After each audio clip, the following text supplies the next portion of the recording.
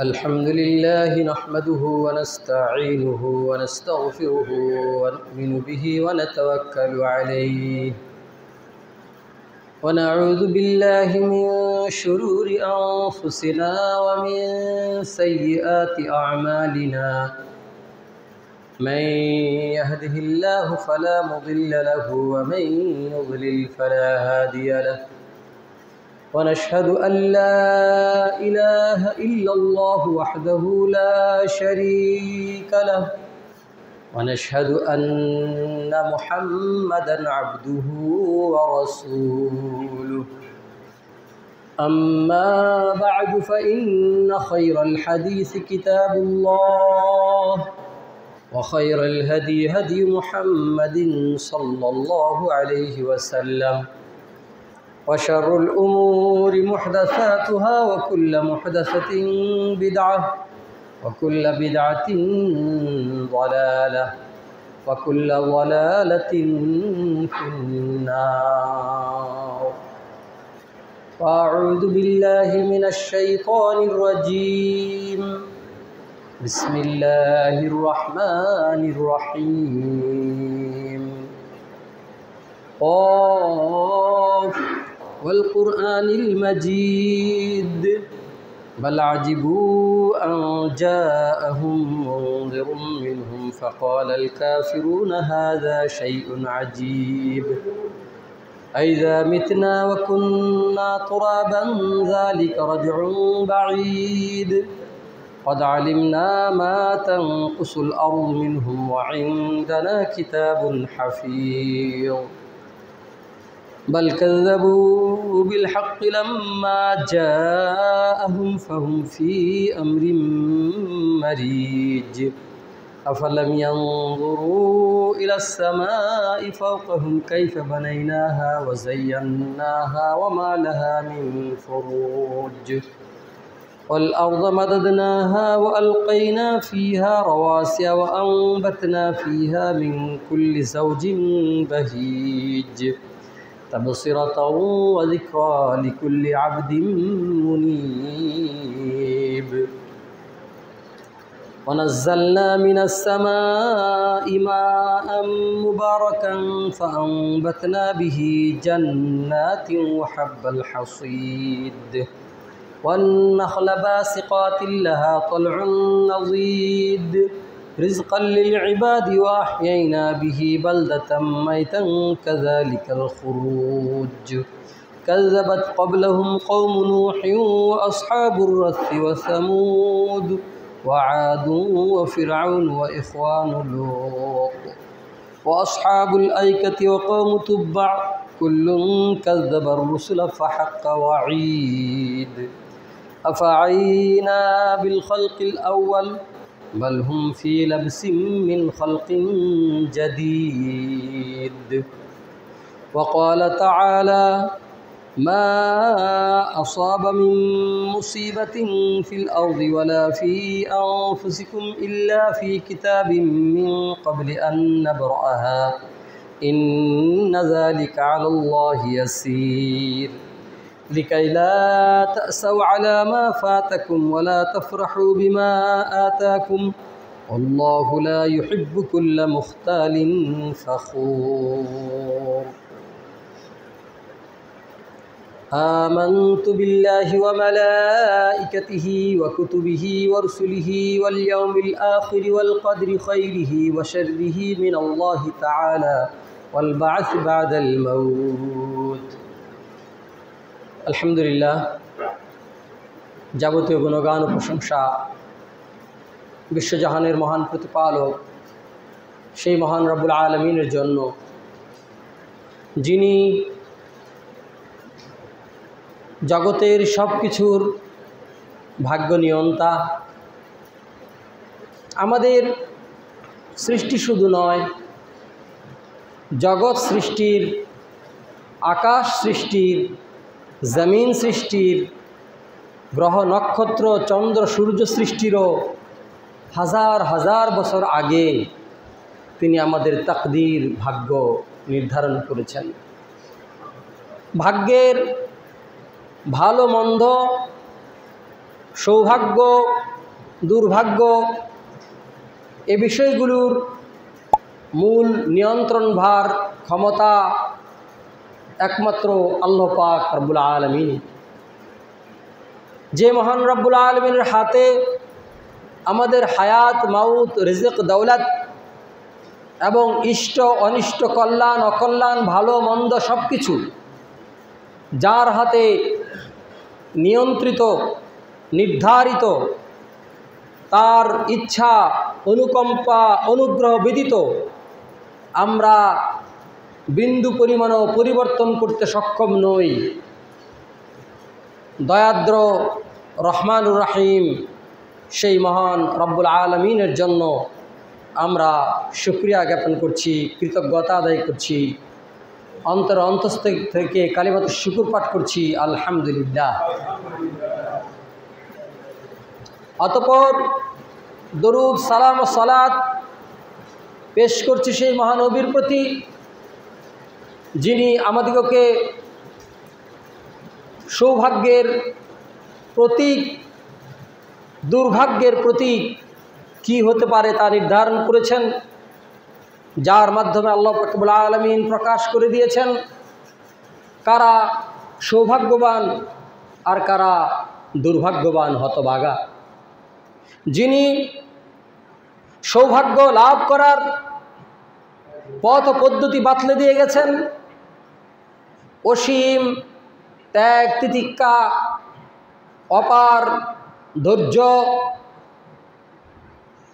এবং দীর্ঘ অত্যাচার নির্যাতনের মুখে তিনি জীবনের প্রায় সারাটি সময় অতিক্রম করে দেখিয়ে গিয়েছেন সৌভাগ্য কিভাবে লাভ করতে হয়, কিভাবে আল্লাহ পাক রব্বুল আলামিনের নিকট থেকে নিজেদেরকে গৌরবান্বিত, মর্যাদাবান্বিত এবং কি করে সৌভাগ্যবান হিসাবে নিজেদেরকে তৈরি করে নিতে হয়, সেই বিষয়গুলো তিনি হাতে কলমে আমাদেরকে শিক্ষা দিয়েছেন, নিজের জীবন দিয়ে শিক্ষা দিয়েছেন। সেই নবীজির প্রতি আমরা দরুদ ইব্রাহিম পেশ করি। আল্লাহুম্মা সাল্লি আলা মুহাম্মদ ওয়া আলা আলি মুহাম্মদ কামা সাল্লাইতা আলা ইব্রাহিম ওয়া আলা আলি ইব্রাহিম ইন্নাকা হামিদুম মাজিদ। আল্লাহুম্মা বারিক আলা মুহাম্মদ ওয়া আলা আলি মুহাম্মদ কামা বারাকতা আলা ইব্রাহিম ওয়া আলা আলি ইব্রাহিম ইন্নাকা হামিদুম মাজিদ। মুআজ্জাজ মুহতারাম, সম্মানিত মুসল্লিয়ানে কেরাম, সমবেত মা ও ভগ্নীগণ, আল্লাহ পাক রব্বুল আলামিন আমাদের জন্য তাকদীর তথা ভাগ্য নির্ধারণ করেছেন। এই বিষয়টা আমরা মোটামুটি সবাই স্বীকার করি, কিন্তু এর বাস্তব ফলাফল যখন আমরা দেখতে যাই তখন দেখা যায় যে আমাদের বিশ্বাসের সাথে কাজের গরমিল রয়ে গেছে। তাকদীর বিষয়টা এটা অত্যন্ত জটিল। তাকদীর বিষয়টা এটা ঈমানের বিষয়। তাকদীর বিষয়টা এক অপার বিস্ময়ের বিষয়, আশ্চর্যকারী বিষয়, আমাদের জ্ঞান ধারণার ঊর্ধ্বের বিষয়। যদি আপনাকে বলা হয় আপনার সৃষ্টির আগে আপনি কি করতেন, বলবে অবাক কথা, একটু কথা হলো, আমার যখন সৃষ্টি হয় নাই তখন আমি কি করতাম? অদ্ভুত এক প্রশ্ন। হ্যাঁ, এও প্রশ্ন হতে পারে যে আপনার সৃষ্টির আগে আপনি কি করতেন, কিন্তু আমাদের মাথায় তো এটা ধরবেই না, বুঝেই আসবে না আমার সৃষ্টির আগে আমি আবার কি করতে পারি। আল্লাহ পাক রব্বুল আলামিন হযরত আদম আলাইহিস সালামকে তৈরি করলেন। আদম আলাইহিস সালামের পিঠ থেকে তিনি বের করে নিয়ে আসলেন আদম থেকে নিয়ে শেষ মানুষটি পর্যন্ত যতগুলো মানুষ, যত হাজারো কোটি মানুষ পৃথিবীতে আসবে, সকল মানুষকেই তিনি বের করে নিয়ে আসলেন। সমবেত মানব জাতিকে তিনি জিজ্ঞাসা করলেন, আলাস্তু বিরব্বিকুম। কোরআন মাজিদ আল্লাহ বলেন, আপনার সৃষ্টির আগে আপনাকে জিজ্ঞেস করতেছেন। আপনি তখনও পৃথিবীতে আসেননি, আপনি তো বটেই, আপনার 14 পুরুষ কেউই পৃথিবীতে আসেনি। আপনার আদি পুরুষ আদম আলাইহিস সালাম, আল্লাহ পাক রব্বুল আলামিন তাকে তৈরি করেছেন, তখনও তাকে পৃথিবীতে আনেননি। কিন্তু সেই সময় আপনার রূহকে আল্লাহ পাক রব্বুল আলামিন জিজ্ঞাসা করলেন, আলাস্তু বিরব্বিকুম, আমি কি তোমাদের রব না? বলো, তোমরা কি স্বীকার করো আমি তোমাদের রব? তোমাদের তৈরি করি, লালন করি, পালন করি, খাদ্য দেই, তোমাদের যাবতীয় সুখ সুবিধার সব পদ্ধতি আমি তৈরি করে দিই, এ কথাটা কি তোমরা স্বীকার করো? আপনার সৃষ্টির আগে আপনাকে জিজ্ঞাসা করা হচ্ছে। ওই যে একটু আগে বললাম যে আপনি সৃষ্টির আগে কি করতেন। এখন একথা শুনে মনে হয় আসলেই এটা প্রশ্ন হতে পারে যে সৃষ্টির আগে আমি কি করতাম। তাকদীর এমন এক জটিল বিষয়, এমন অদ্ভুত অদ্ভুত কথা এর সাথে যুক্ত আছে, আমরা কিছুতেই বুঝতেই পারি না কি জিনিস, কি হতে পারে এটা। আল্লাহ আমার সৃষ্টির আগে আমাকে জিজ্ঞাসা করছেন, আলাস্তু বিরব্বিকুম, আমি কি তোমাদের প্রভু, তোমাদের রব নই? তখন সমস্যারে আমরা বলেছিলাম, কি বলেছিলাম সে কথাটা হয়তো আমাদের এখন আর মনে নেই। মনে থাকবেই বা কি করে? আমরা তো নাস, আমরা তো ইনসান, আমাদের কাজই হলো ভুলে যাওয়া। এমন একটা দুর্বল প্রকৃতির উপরে আল্লাহ আমাদেরকে তৈরি করেছেন যে আমাদের নাম রেখেছেন ইনসান, যারা ভুলে যায়। এখন তো আর মনে নেই সেদিন কি বলে আসছিলাম। ওদিনের কথা বাদই থাক, ছোটবেলায় যে এত খেলতাম, এত হাসতাম, এত ফিরতাম, এত ঘুরতাম, তার কি কোনো কিছু মনে আছে? মনে নেই। তার মানে কি আমার ছোটবেলা ছিল না? নাকি ছিল? ছোটবেলা ছিল। আমার মনে থাকার সাথে না থাকার সাথে পৃথিবীর ইতিহাস, পৃথিবীর অস্তিত্ব, পৃথিবীতে জীবনের বিকাশ প্রকাশ নির্ভর করে না। আমার বিকাশ প্রকাশও নির্ভর করে না। আমি কি মনে রেখেছি আর কি মনে রাখি নাই, কি বলতে পারি কি বলতে পারি নাই, সেটাই সত্য। আর যা বুঝি না, বলি না, পারি না, তা সত্য নয়। এটা একদম ভুয়া কথা। কেননা সবাই দেখতেছে আমার পরিবারের, আমি দৌড়াচ্ছি, আমি হাঁটতেছি, আমি পড়ে গেলাম। আমি কেবল হাঁটতে শিখলাম যেদিন আমি প্রথম 2 পায়ের উপরে দাঁড়ালাম, খিলখিল করে ফুকলা তাতে হাসলাম, সেদিন মনে হলো আমাকে দেখে আমি যেন এভারেস্ট বিজয় করেছি। কারণ আমি এতদিন হামাগুড়ি দিতাম। এর আগে এমনও গেল যে আমি আমার বিছানা থেকে উঠে বসতে পারতাম না। এর আগে এমনও গেল যে আমি আমার ডান কাত থেকে বাঁ কাতে হতে পারতাম না। এগুলো কি মিথ্যা কথা? এগুলো কি বানোয়াট? এগুলো কি ভুয়া কথা? কিন্তু আমার যে কিছুই মনে নেই। সুতরাং আমার কিছু মনে না থাকার সাথে এই সৃষ্টি জগতের আল্লাহর নিয়ম বিধানাবলী প্রয়োগের কোনো রকম পরিবর্তন হয় না। আমার মনে না থাকলেও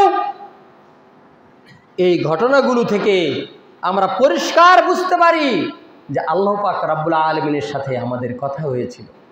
তিনি আমাদেরকে জিজ্ঞাসা করেছিলেন, আলাস্তু বিরব্বিকুম, আমি কি তোমাদের প্রভু নই? তখন আমরা জবাব দিয়েছিলাম, ক্বালু বালা, হ্যাঁ অবশ্যই আপনি আমাদের প্রতিপালক, আমরা মেনে নিচ্ছি, আপনাকে স্বীকার করে নিচ্ছি।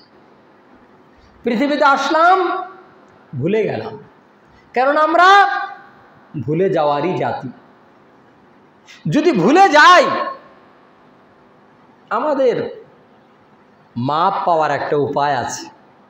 কিন্তু স্বেচ্ছায় সজ্ঞানে যখন ভুলি নাই, যখন বিবেকে বিবেচনা বুদ্ধি সব ঠিক আছে, তখন কিন্তু আমাদের যাবতীয় অপরাধ আল্লাহ পাক রব্বুল আলামিন কাউন্ট করবেন। নবীজি বলেন, দুই ব্যক্তির উপরে থেকে আল্লাহ কলম উঠিয়ে নেন, তার কর্মের হিসাব লেখা হয় না। এক ব্যক্তি সে ঘুমিয়ে আছে, ঘুমন্ত ব্যক্তির উপরে থেকে আল্লাহ রাব্বুল আলামিন কলম উঠিয়ে নেন, কেননা সে একটা মরা মৃত মানুষ। আল্লাহ নিজেই কোরআন মাজিদে বলেছেন যে যখন মানুষ ঘুমিয়ে পড়ে সে আসলে মরে যায়। মানুষের আত্মাগুলো, তোমাদের আত্মাগুলো আমি তখন কবজ করে নিই, আমার নিয়ন্ত্রণে চলে আসে তোমাদের আত্মা। বিশ্বের বিখ্যাত একজন ডাক্তার এবং বিজ্ঞানী, তার নাম ডাক্তার মরিস বুকাইলি, তিনি এই বিষয়টা যখন খ্রিস্টান থাকা অবস্থায় পড়েছেন কোরআন মাজিদ থেকে যে মানুষ ঘুমালে মরার সমান হয়, তিনি বললেন এটা একটা অবাস্তব কথা, জিন্দা মানুষটা মরার মতো কেমন হবে। তিনি ইসলামের বিরুদ্ধে দাঁড়ালেন। কোরআনের এই বাক্যকে গবেষণা করে ভুল প্রমাণিত করার জন্য তিনি বছরের পর বছর গবেষণা করলেন। গবেষণায় ধরা পড়ল আল্লাহর কথাই সত্য। মানুষ যখন ঘুমিয়ে যায়, মরার মধ্যে আর ঘুমের মধ্যে কোনো পার্থক্য থাকে না। আল্লাহ নিজে বলেন, তোমাদের আত্মা আমি কবজ করে নিই, আমার নিয়ন্ত্রণে। তাহলে ঘুমন্ত মানুষের উপরে থেকে কলম উঠিয়ে নেওয়া হয়। পাগল, যে নিজের ভালো মন্দ কিছুই বুঝতে পারে না, গু গোবর পর্যন্ত খেয়ে বেড়ায়, এরকম একটা অদ্ভুত কারবার, সেই পাগল মানুষটার উপরে আল্লাহ পাক রব্বুল আলামিন কলম চালান না। কলম চালান কাদের উপরে?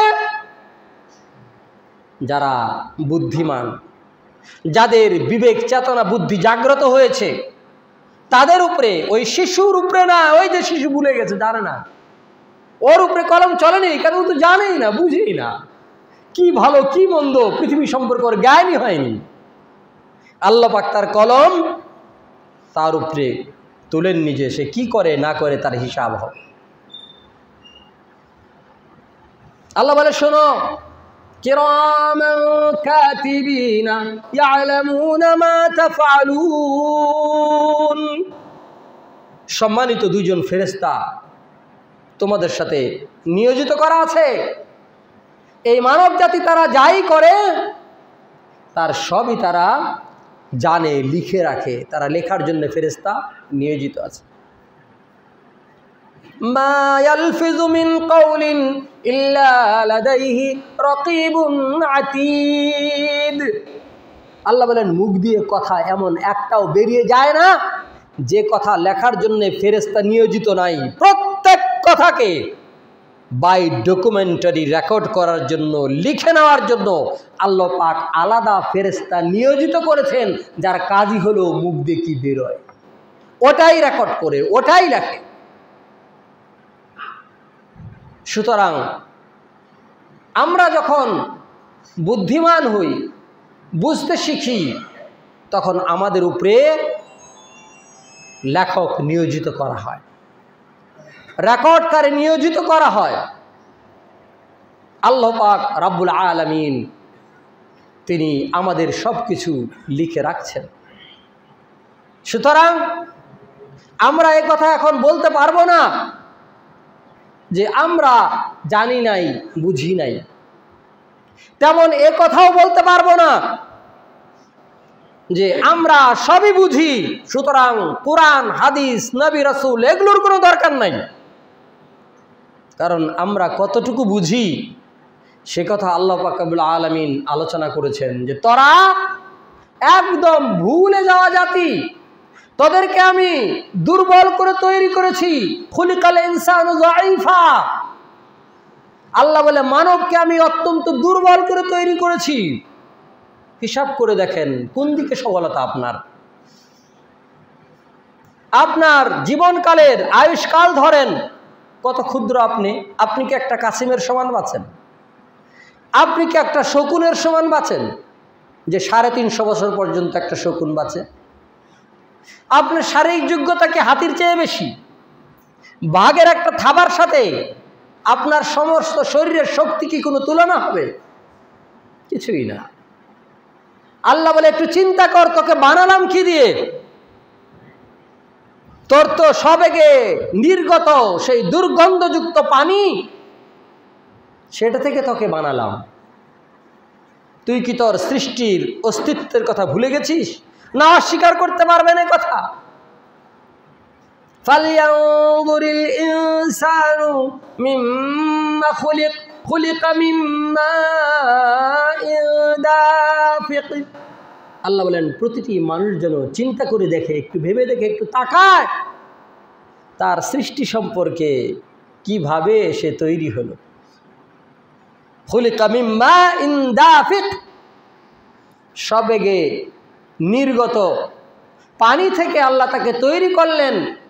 অন্য আয়াতে আল্লাহ বলেন মিম্মা ইম্মাহিন, হীন, একদম তুচ্ছ পানি, যেটা মানুষের গায়ে লাগলে রি রি করে, এরকম একটা দুর্গন্ধযুক্ত তুচ্ছ পানি, সেটা থেকে তৈরি হলো আপনার আমার। আল্লাহ বলেন একটু ভেবে দেখিস।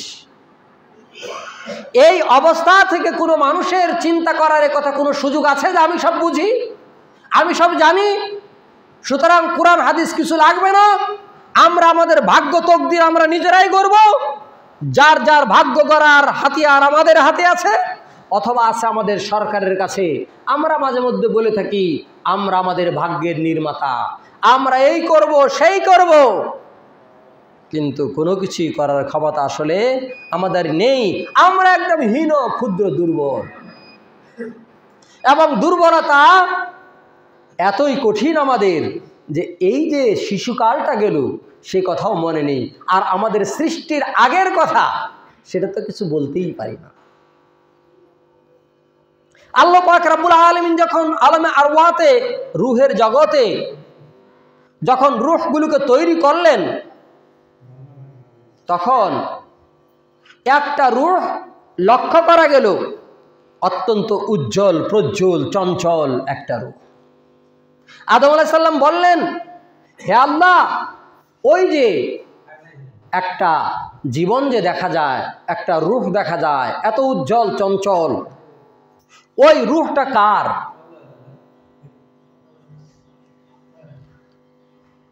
হযরত, খুতবাতে কথা বলবেন না, হযরত আদম আলাইহিস সালাম জিজ্ঞাসা করলেন ওই রূহটা কার? আল্লাহ পাক বললেন এটা দাউদ আলাইহিস সালামের রূহ। বলে তাই? আমার সন্তান এত সুন্দর, এর আয়ুষ্কাল কত? এর আয়ুষ্কাল হলো 70 বছর। আহা, আমার এত সুন্দর একটা সন্তান, তার আয়ুষ্কাল 70 বছর, আল্লাহ বাড়িয়ে দেন না আয়ুষ্কালটা। কত দিব? বলে 100 করে দেন। আমার আয়ুষ্কাল কত? বলে তোমার আয়ুষ্কাল 1000 বছর। আদম আলাইহিস সালামের আয়ুষ্কাল ছিল 1000 বছর।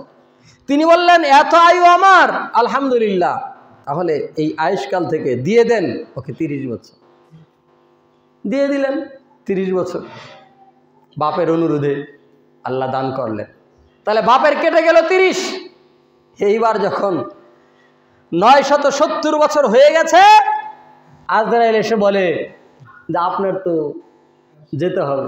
এবার যেতে হবে মানে কত হয়েছে আমার বয়স? আল্লাহ তো বলে দিছে 1000 বছর। তাহলে কেন? আপনার বয়স তো এখন 970 বছর।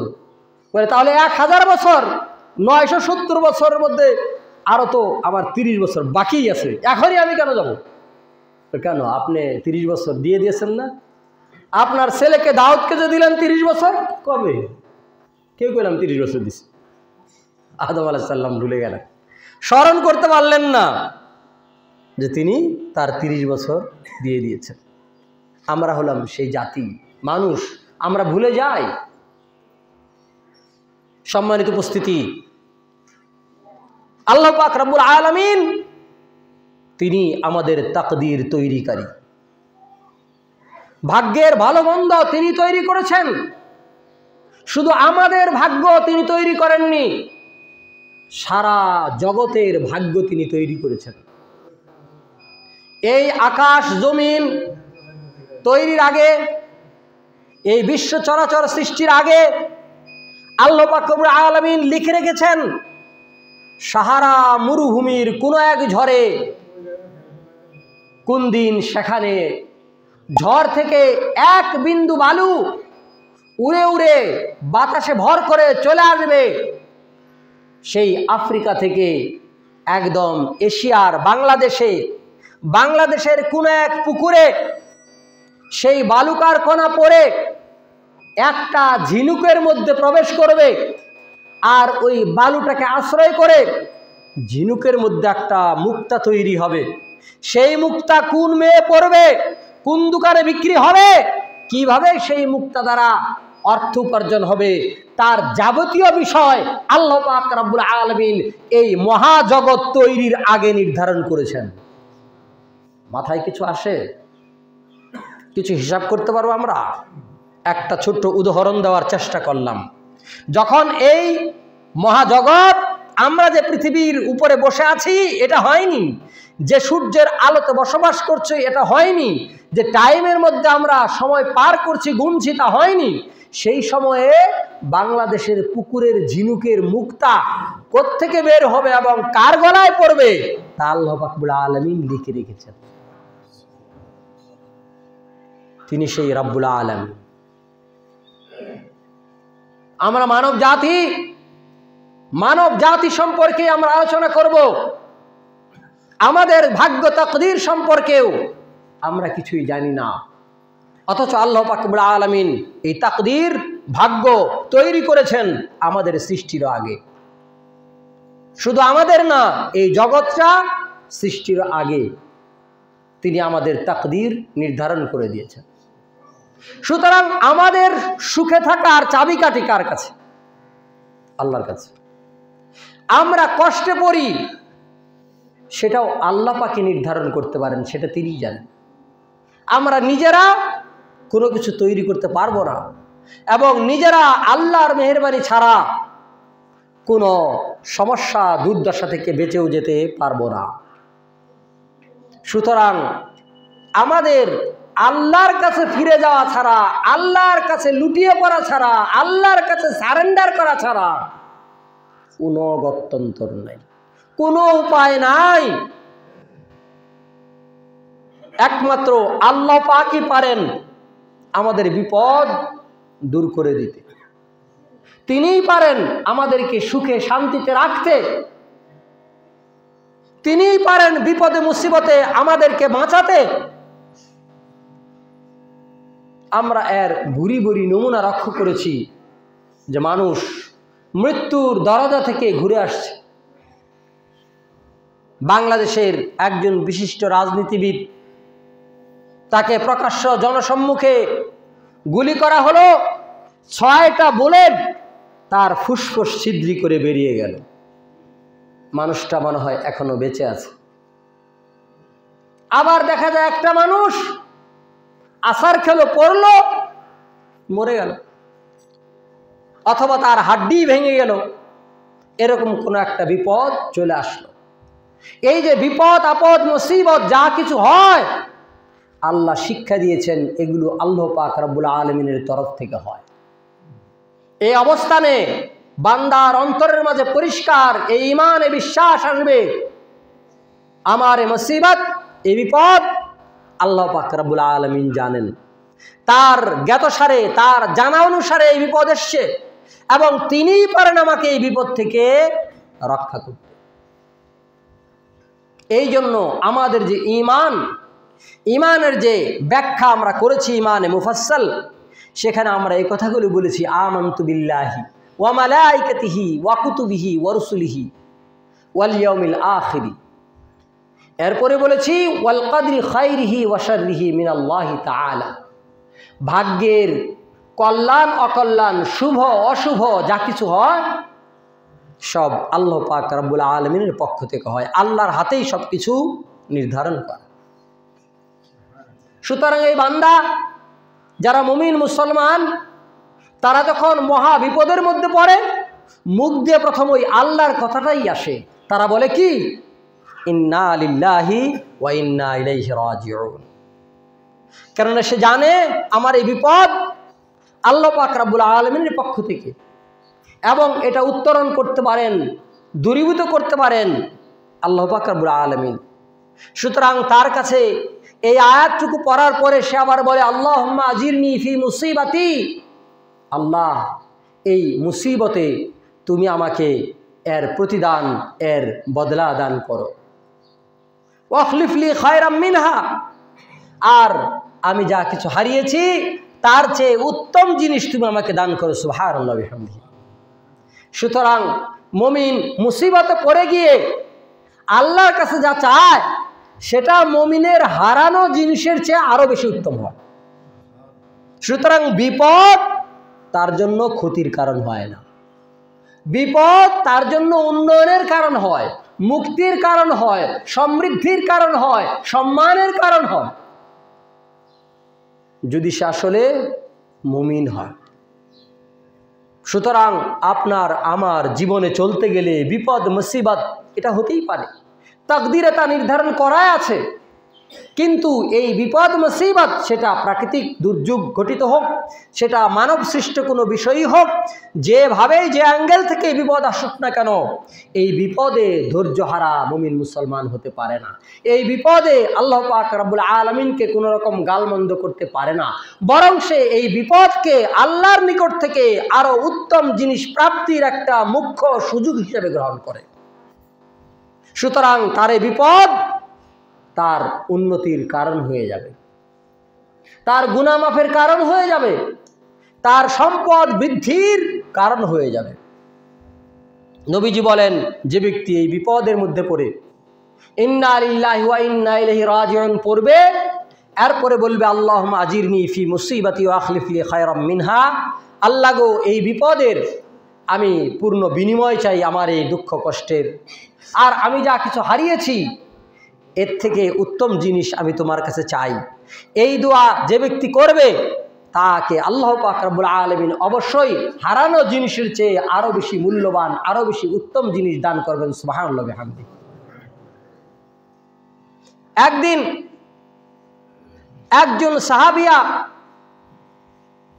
মহিলা বললেন অনেক দুঃখের মধ্যে যে তার প্রিয়তম স্বামী মারা গেলেন, স্বামী স্ত্রী খুবই মধুর সম্পর্ক, আনন্দের জীবনযাপন করছে।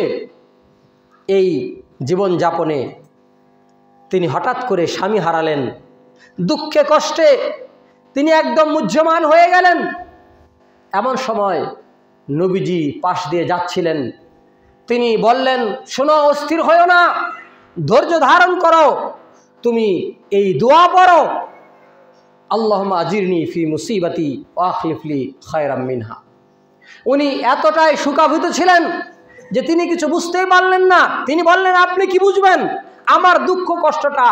আপনি তো বুঝতে পারবেন না আমি কি মুসিবতের মধ্যে আছি, আপনি বুঝতে পারবেন না। এইবার নবীজি বুঝতে পারলেন এই মহিলার মাথা বিগড়ে গেছে, অস্থির হয়ে গেছে সুখে, তিনি আর কোনো কথা বললেন না, ওইখান থেকে চলে গেলেন। এরপরে সাহাবীরা বললেন, কি করেছো তুমি? কাকে কি বললে জানো? তোমার সাথে এখন কথা বলতেছেন আমাদের নবীজি মুহাম্মদুর রাসূলুল্লাহ সাল্লাল্লাহু আলাইহি ওয়াসাল্লাম। হায় হায়, বলো কি তোমরা?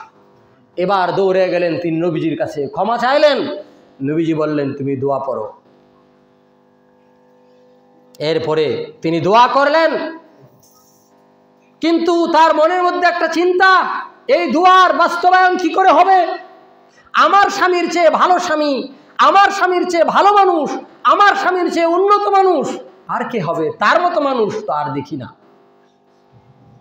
তিনি চিন্তা করতে লাগলেন, আল্লাহর ইচ্ছা কিছুদিন পরেই নবীজি তার নিকটে বিবাহের পয়গাম দিলেন, নবীজির সাথে বিয়ে হয়ে গেল, নবীজির স্ত্রী হয়ে গেলেন তিনি। সুবহানাল্লাহ।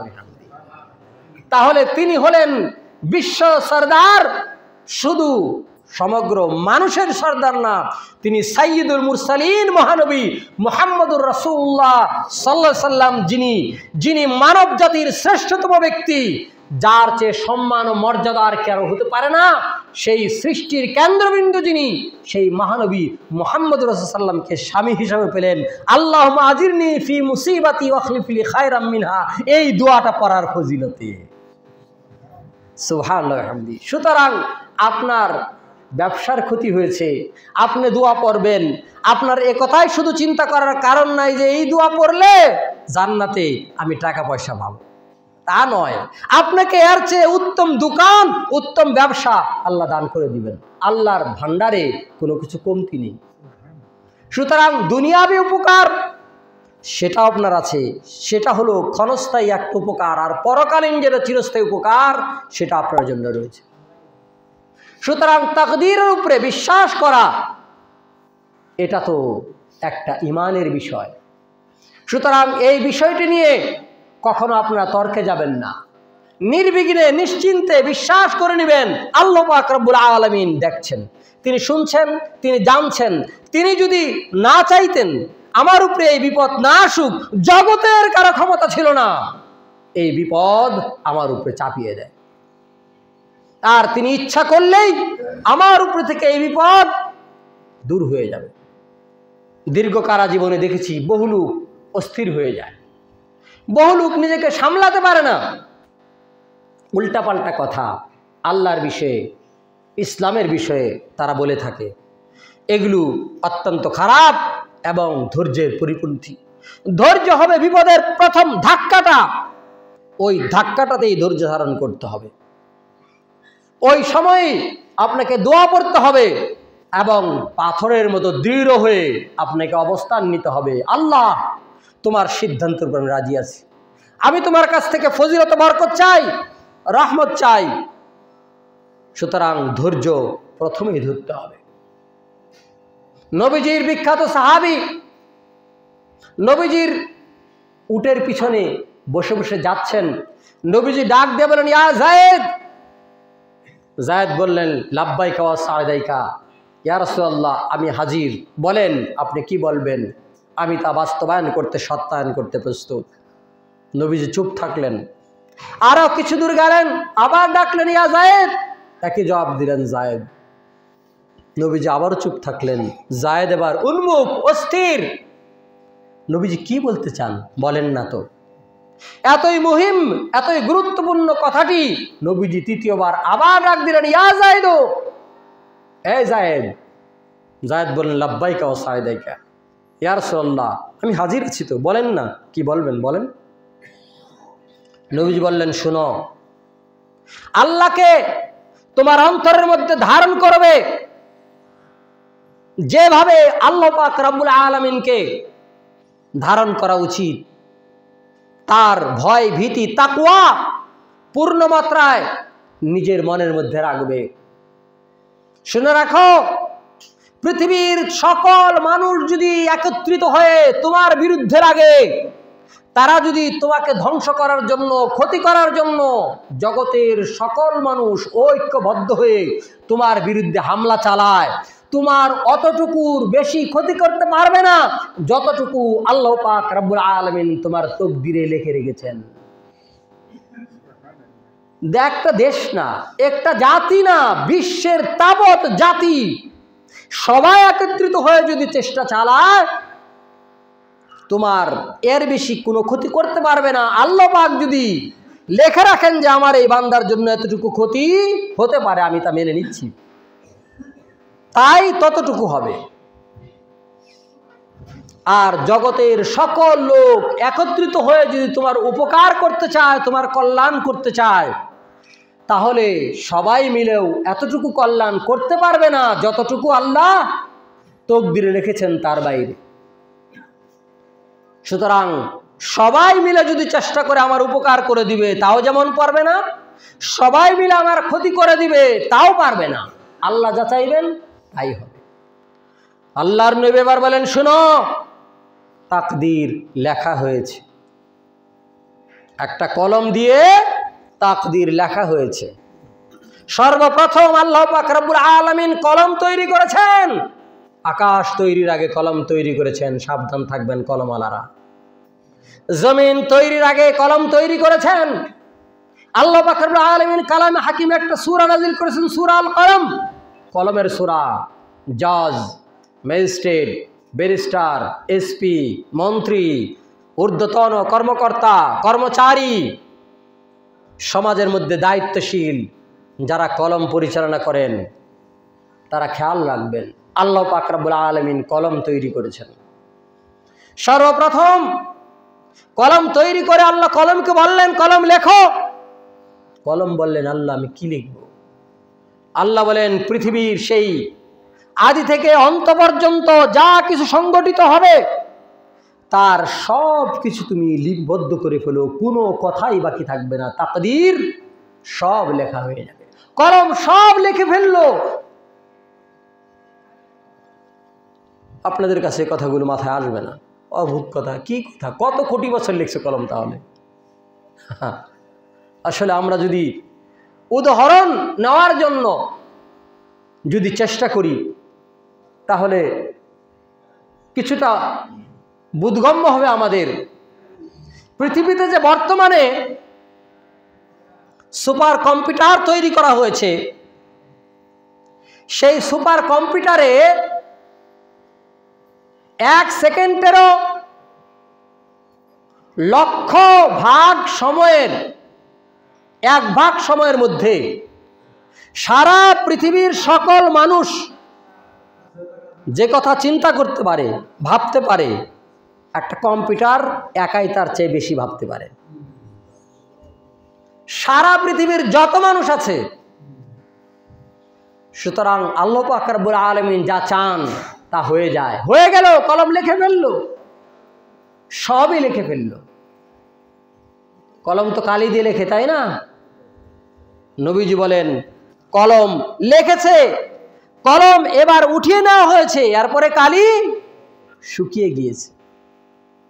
এটা আর এমন না যে সেটা ঘষে মেজে আপনি আমি গিয়ে ওটা রিরাইট করব, ওটাকে পরিবর্তন করব, ভাগ্য বদলে দিব। নবীজি বলেন তা হবার নয়, ওটা লেখা হয়ে গেছে। আল্লাহ পাক রব্বুল আলামিন ওটা তৈরি করেছেন, ওর কালিটা শুকিয়ে গেছে। বিষয় স্পষ্ট। আমাদের চিন্তা ভাবনা দুর্ভাবনার কোনো কারণ নেই, আমাদের হাউতাশ করার কোনো কারণ নেই। হাউতাশেও কিছু যাবে না, উল্লাসেও কিছু যাবে আসবে না। সুতরাং আমাদেরকে যেভাবে চলতে বলা হয়েছে সেভাবে চলতে হবে, যেভাবে বলতে বলা হয়েছে সেভাবে বলতে হবে, এটাই হলো আমাদের কাজ। আর একজন মুমিন মুসলমান নিশ্চিন্তে এই কাজ আঞ্জাম দিতে পারে, অর্থাৎ আল্লাহর প্রতি সন্তুষ্ট থেকে তার তাকদীরকে মেনে নিয়ে সে তার যাবতীয় ইবাদত বন্দেগী কাজ কর্ম জীবন সুষ্ঠু সবল সুন্দরভাবে পরিচালনা করতে পারে। নবীজির জীবন থেকে একটি ঘটনা দেখুন। নবীজি মুহাম্মদুর রাসূলুল্লাহ সাল্লাল্লাহু আলাইহি ওয়াসাল্লাম, তার কোনো পুত্র সন্তান থাকলো না। তিনি 4 জন পুত্র সন্তানের বাবা। 4 জন পুত্র সন্তান মারা গেল। যখন তিনি মক্কাতে থাকলেন সে অবস্থায়, সেই সময়ের তার সর্বশেষ পুত্র সন্তান মারা গেল। তার নিজের চাচা আবুল আহাব মিষ্টি বিতরণ করলো যে মুহাম্মদ সাল্লাল্লাহু আলাইহি ওয়াসাল্লামের পুত্র মারা গেছে, এবং বলে বেড়ালো, শুনো সমাজের লোকজন, ভয় নাই কোনো, মুহাম্মদ সাল্লাল্লাহু আলাইহি ওয়াসাল্লামের মিশন ও ভিশন এক্ষুনি শেষ হয়ে যাবে। তার মৃত্যুর সাথে সাথে সব শেষ, আর কেউ তার আদর্শ তার বাণী প্রচার করতে পারবে না। সুতরাং আনন্দের খবর নাও, সে হলো আবতার, তার লেজ কাটা নির্বংশ, তার কোনো বংশই থাকলো না। আল্লাহ তখন সূরা কাউসার নাজিল করলেন। কাউসারে নবীজিকে অবারিত মহাদানের সুসংবাদ দিলেন, আপনাকে দান করব মহা সম্পদ কাউসার। সেই কাউসার তো পরকালে আছে, আর এর মধ্যে শুধুমাত্র কাউসারের সেই আক্ষরিক অর্থের কাউসারের বাউরে অগণিত কাসির মহা সম্পদ নবীজিকে দান করা হবে। আপনারা তো জানেন নবীজি কেমন অসহায় দুর্বল পরিবারে এসেছিলেন, নবীজি কেমন অবস্থায় জীবন যাপন করেছেন। একটু দিনমজুরি করে মানুষের কুয়া থেকে পানি তুলে খাদ্য সংগ্রহ করতে হয়েছে। তিনি যখন দুরু দুরু অন্তরে গারে সৌরের মধ্যে হিজরত করার পূর্ব মুহূর্তে অবস্থান করলেন, আবু বকর রাদিয়াল্লাহু আনহু ভয়ে ঘাবড়ে গেলেন। নবীজিকে বললেন, ইয়া রাসূলুল্লাহ, শেষ, ওই যে দেখেন পা দেখা যাচ্ছে, এখনই আমাদেরকে ট্রেস করবে, এখনই ধরে নিয়ে চলে যাবে, আমাদের জীবন সাঙ্গ হয়ে যাবে, আর বেশি সময় বাকি নাই, আমরা তো মাত্র 2 জন এখানে আছি। নবীজি বলেন, শোনো, আমরা শুধু দুইজন না, আমাদের সাথে আর একজন আছেন, তিনি হলেন আমাদের আল্লাহ সুবহানাল্লাহ। সুতরাং নির্ভয়ে নিশ্চিন্তে থাকো, ভাবনার কোনো কারণ নেই। আল্লাহ পাক রব্বুল আলামিন নবীজিকে কোথায় নিয়ে গেলেন, কোন জায়গায় উঠলেন তিনি? বিশ্বের যত পরাশক্তি, বড় শক্তি, যারা তখনকার রোমান শক্তি আমেরিকার মতো, তখনকার পারসিক শক্তি যারা রাশিয়ার মতো, তারা নবীজির বিষয়ে চিন্তা করতে করতে অস্থির হয়ে যেত যে এই লোকটার ক্ষমতার মাসনদ আমাদের ক্ষমতার মাসনদকে উড়িয়ে দিবে, একদিন আমাদের রাজ্য তার দখলে চলে যাবে। তারা বুঝতে পারলেন। তাহলে নবীজিকে আল্লাহ রাব্বুল আলামিন অগণিত দান করেছেন, মুমিনদেরকেও তাই দান করবেন তিনি, ইহকালও দিবেন, পরকালও দিবেন। কিন্তু কাফেররা বুঝলো না, তারা মনে করলো তার বাচ্চা যখন মারা গেছে শেষ হয়েছে, তাকে যখন মক্কা থেকে বিতাড়িত করে দিলাম বেঁচেই গেলাম, তার জীবন শেষ হয়ে গেল। কিন্তু আসলে তা হয়নি। আল্লাহ পাক যা নির্ধারণ করেছেন তাই হয়েছে। তো যে কথা বলতে চাইলাম, মক্কাতে তাকে আবতার বলা হলো যে তিনি নির্বংশ, তার কোনো পুত্র সন্তান থাকলো না। মদিনা আসার পরে আবার আরেকটা পুত্র সন্তান জন্মগ্রহণ করলেন। নবীজি বড় আনন্দিত, সেই সন্তানের নাম রাখলেন তিনি ইব্রাহিম। নবীজির সাথে ইব্রাহিম মাঝে মধ্যে ঘোরাতে উঠতেন, নবীজি তাকে তার ঘোরাতে উঠাতেন, আদর করতেন। তার ধাত্রী মায়ের কাছে তিনি মাঝে মধ্যে আসতেন, খোঁজ খবর নিতেন। হঠাৎ একদিন সংবাদ পেলেন তার এই প্রিয়তম পুত্র ইব্রাহিম মরণাপন্ন অবস্থার মধ্যে আছেন। নবীজি দ্রুত চলে আসলেন, সাহাবীগণ তার সাথে আসলেন। নবীজিকে ওই ঘরের মধ্যে থেকে ইব্রাহিমকে বের করে দেওয়া হলো। ইব্রাহিম ছটফট করছে, জানটা বুঝি তার এখনই বের হয়ে যাবে। নবীজি তাকে কুলের মধ্যে ধারণ করলেন। একটা পিতা তার সবগুলো পুত্র সন্তান হারানো, এখন সর্বশেষ সন্তান তার কুলে মরণাপন্ন অবস্থায়, নবীজি তাকে বুকে জড়িয়ে ধরছেন, চুমা দিচ্ছেন। এরপরে অল্প মুহূর্তের মধ্যেই নবীজির কুলের মধ্যে ইব্রাহিমের জান কবজ হয়ে গেল। ইন্না লিল্লাহ। নবীজি তো মানুষ, তিনি কাঁদতে শুরু করলেন, তার চোখ দিয়ে দর দর করে পানি পড়ছে। সাহাবীগণ বললেন, ইয়া রাসূলুল্লাহ, আপনিও কাঁদেন, আপনিও কান্না করেন, আপনি একজন নবী। নবীজি বললেন, শুনো, আমার এই কান্না আমার আল্লাহর বিরুদ্ধে কোনো অভিযোগ না। আমি যে পিতা, আমি যে ভালোবাসতাম আমার সন্তানকে, এটা হলো আমার ভালোবাসার আবেগ, এটা আমার আবেগের কান্না, কিন্তু কোনো অভিযোগ নাই। নবীজি বললেন, ইব্রাহিম, তুমি চলে গেছো, আমাদের অন্তর ফেটে যাচ্ছে, কিন্তু রব্বুল আলামিনের সিদ্ধান্তের ব্যাপারে আমি অটল আছি, আমার রবের বিরুদ্ধে কোনো রকম অভিযোগ নেই। এ হলো ঈমান, এ হলো তাকদীরকে বিশ্বাস করা। আল্লাহ তার হায়াত অতটুকুই রেখেছেন, সুতরাং সে যাবেই, আমাদের কষ্ট হবেই, আমাদের চোখে পানি পড়বেই, কিন্তু তা বলে আল্লাহর বিরুদ্ধে আমাদের কোনো অনুযোগ, আমাদের কোনো অভিযোগ থাকবে না। আমরা সন্তুষ্ট চিত্তে আল্লাহর কাছে এই দোয়া করব, আল্লাহুম্মা আজিরনি ফি মুসিবাতি ওয়া আখলিফ লি খায়রাম মিনহা।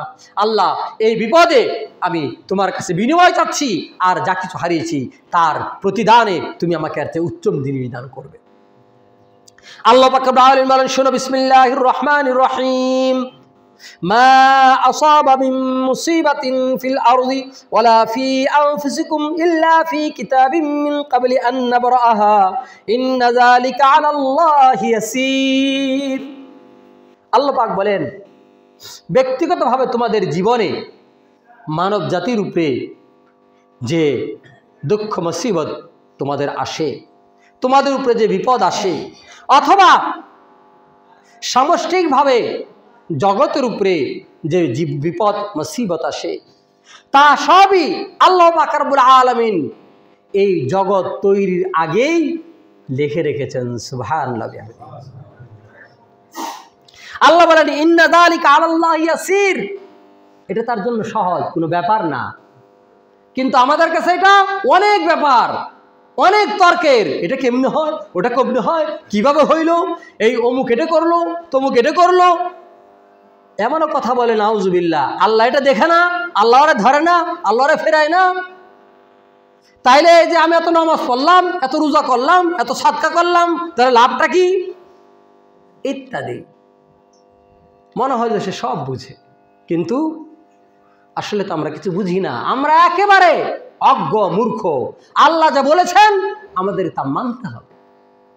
তাই নবীজি বড় রাগ করতেন যে তাকদীরের বিষয়ে সাহাবীদের মধ্যে কোনো তর্ক দেখতেন, তিনি ভীষণ রাগ করে যেতেন এবং বলতেন, শোনো, তোমাদের পূর্বে অনেক জাতিকে আল্লাহ রাব্বুল আলামিন ধ্বংস করেছেন, তারা এই তাকদীরকে অস্বীকারী। সুতরাং আমাদের মধ্যেও আধুনিকতার নামে অনেকেই বলতে চায় নিজেদের ভাগ্য আমরা নিজেরা গড়ি,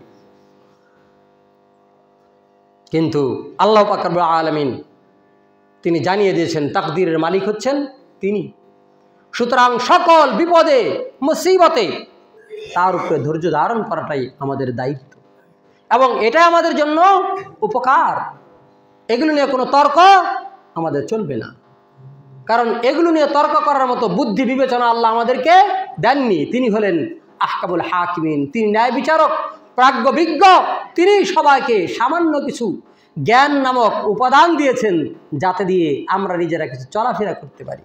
কিন্তু আল্লাহকে ব্যাখ্যা করার, তাকদীরকে ব্যাখ্যা করার, পরকালকে ব্যাখ্যা করার, ফুলসিরাতকে ব্যাখ্যা করার, মিজানকে ব্যাখ্যা করার কোনো ক্ষমতা যোগ্যতা আমাদের নেই। আমাদের চিন্তা বিবেচনা অতি নগণ্য, অতি সামান্য। কেমন তা আমরা আজকে আলোচনা করব না, উদাহরণ দিলে কিছুটা বুঝতে পারবেন। সুতরাং আমাদের দায়িত্ব হলো তাকদীর উপরে বিশ্বাস রেখে তাওয়াক্কুল করো।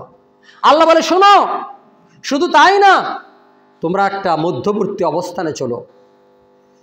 আল্লাহ বলেন, এটা এজন্য করেছি যে লিকাইলা তাসাউ আলা মা ফাতাকুম, তোমরা যেন কোনো কিছু হারিয়ে গেলে, কোনো কিছু ক্ষয়ক্ষতি হলে হাহুতাশ করে জীবন শেষ করে না দাও। কারণ তোমরা তো জানলে আমি নিজে আল্লাহ নির্ধারণ করেছি, তোমাদের সৃষ্টির পূর্বে না, তোমাদের জগৎ সৃষ্টির পূর্বে আমি তৈরি করেছি এগুলো। সুতরাং হাহুতাশ করার কিছু নাই, আল্লাহ করেছেন, আল্লাহ ভালো জানেন, আল্লাহ ব্যবস্থা করবেন। আমি বান্দা, আমি তার গোলাম, যা করতে বলেন আমি তাই করি। আল্লাহ বলেন, লিকাই লা তাসাউ আলা মা ফাতাকুম ওয়ালা তাফরাহু বিমা আতাকুম, আর তোমাদেরকে যা কিছু দেওয়া হয়, যা কিছু পাও, যা কিছু উপকার কল্যাণ তোমরা পেয়ে থাকো, এই জন্য আনন্দে উল্লাসে ফেটে পড়ো না, হিতাহিত ভুলে যেও না, অন্যের হক ভুলে যেও না।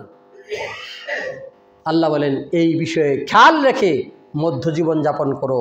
হাহুতাশায় যেমন বিপদে ভেঙে পড়ো না, আবার প্রাপ্তিতে টাকা যখন হয়েছে, বড়লোক হয়ে গেছি, এখন আর পাইকে টাকা খরচ করার তো জায়গা নাই, যত রকম অবৈধ আড্ডা কারখানা ওগুলোর মধ্যে টাকা খরচ করা শুরু করে দেয়। এখন তো আমোদে আনন্দে জীবন কাটে, সুতরাং আর মসজিদে যাবো কেন? যখন কামলা দেখাইছি তখন সে মসজিদে যাওয়া দরকার ছিল, তখন রোজা থাকা দরকার ছিল, এখন তো বড়লোক হয়ে গেছি, জমিদার, সুতরাং এখন আর রোজা নামাজের কি দরকার? আল্লাহ বলেন, লা তাসাউ আলা মা ফাতাকুম ওয়ালা তাফরাহু বিমা আতাকুম, হারানো জিনিস নিয়ে যেমন হাহুতাশ করে শেষ হয়ে যেও না, প্রাপ্তিকে নিয়ে তোমরা আনন্দে ফেটে পড়ে হালাল হারাম বিবেচনা ছেড়ে দিয়ে অন্যায়ের পথে ধাবিত হও না। আল্লাহ বলেন, ইন্নাল্লাহ লা ইউহিব্বু কুল্লা মুখতারিন ফখুর, প্রত্যেক অহংকারী, প্রত্যেক গৌরবধারী ব্যক্তিকে আল্লাহ রাব্বুল আলামিন অপছন্দ করেন, এদেরকে তিনি পছন্দ করেন না। সুতরাং আমাদেরকে নত হয়ে জমিনে চলতে হবে, আল্লাহর বান্দা হিসেবে, গোলাম হিসেবে চলতে হবে, উদ্ধত্তপানা পরিত্যাগ করতে হবে। আল্লাহ পাক রব্বুল আলামিন আমাদেরকে সকলকে তৌফিক দান করুন, ভাই ভাই মিলেমিশে চলার জন্য তৌফিক দান করুন। যে বিপদ মুসিবত আমাদের জীবনে আসছে আসবে, তার সবটিতে ধৈর্য ধারণ করে এর পূর্ণ বিনিময়, ফজিলত, বরকত ইহকাল এবং পরকালে পূর্ণ মাত্রায় প্রাপ্তির ব্যবস্থা আল্লাহ দান করে দিন। সকলে আল্লাহুম্মা আমিন। আমাদেরকে সে পথে হাঁটার জন্য তৌফিক দান করেন। সকলে আল্লাহুম্মা আমিন। আকুলি কওলি হাযা ওয়া আস্তাগফিরু লাকুম ওয়া লিসাইরিল মুসলিমিন। বারাকাল্লাহু লাকুম ফিল কুরআনিল আযীম।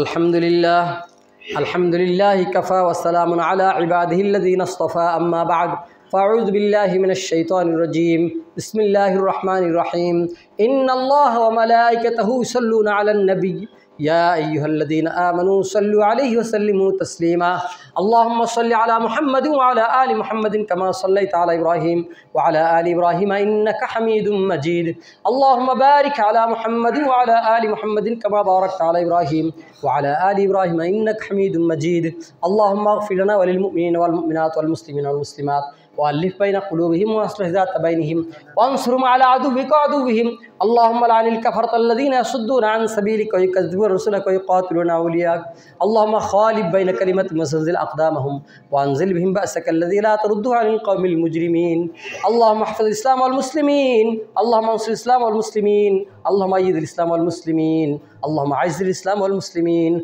वख़्ज़ुलिल कफ़रत वल फ़जरत वल मुब्तदिअत वल यहूद वल हुनूद वन नसारा वल मुश्रिकीन अल्लाहुम्मा दम्मिर दियारहुम अल्लाहुम्मा शत्तित शमलहुम अल्लाहुम्मा ज़िग़ जमअहुम अल्लाहुम्मा ख़र्रिब बुनियानहुम अल्लाहुम्मा ज़ल्ज़िल अक़दामहुम वअनज़िल बिहिम बअसकल्लज़ी ला तरुद्दुहु अनिल क़ौमिल मुजरिमीन या ज़ल जलाल वल इकराम या अरहमार राहिमीन।